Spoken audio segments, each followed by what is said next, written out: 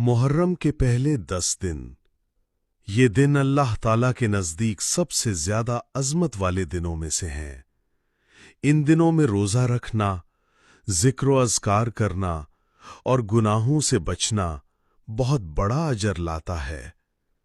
نبی کریم صلی اللہ علیہ وسلم نے فرمایا، اللہ کو محرم کا روزہ بہت محبوب ہے۔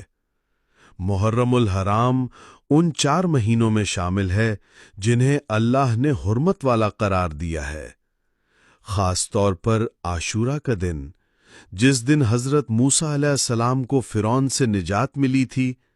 عاشورہ کا روزہ نبی صلی اللہ علیہ وسلم نے فرمایا، یہ روزہ پچھلے سال کے گناہوں کا کفارہ بن سکتا ہے۔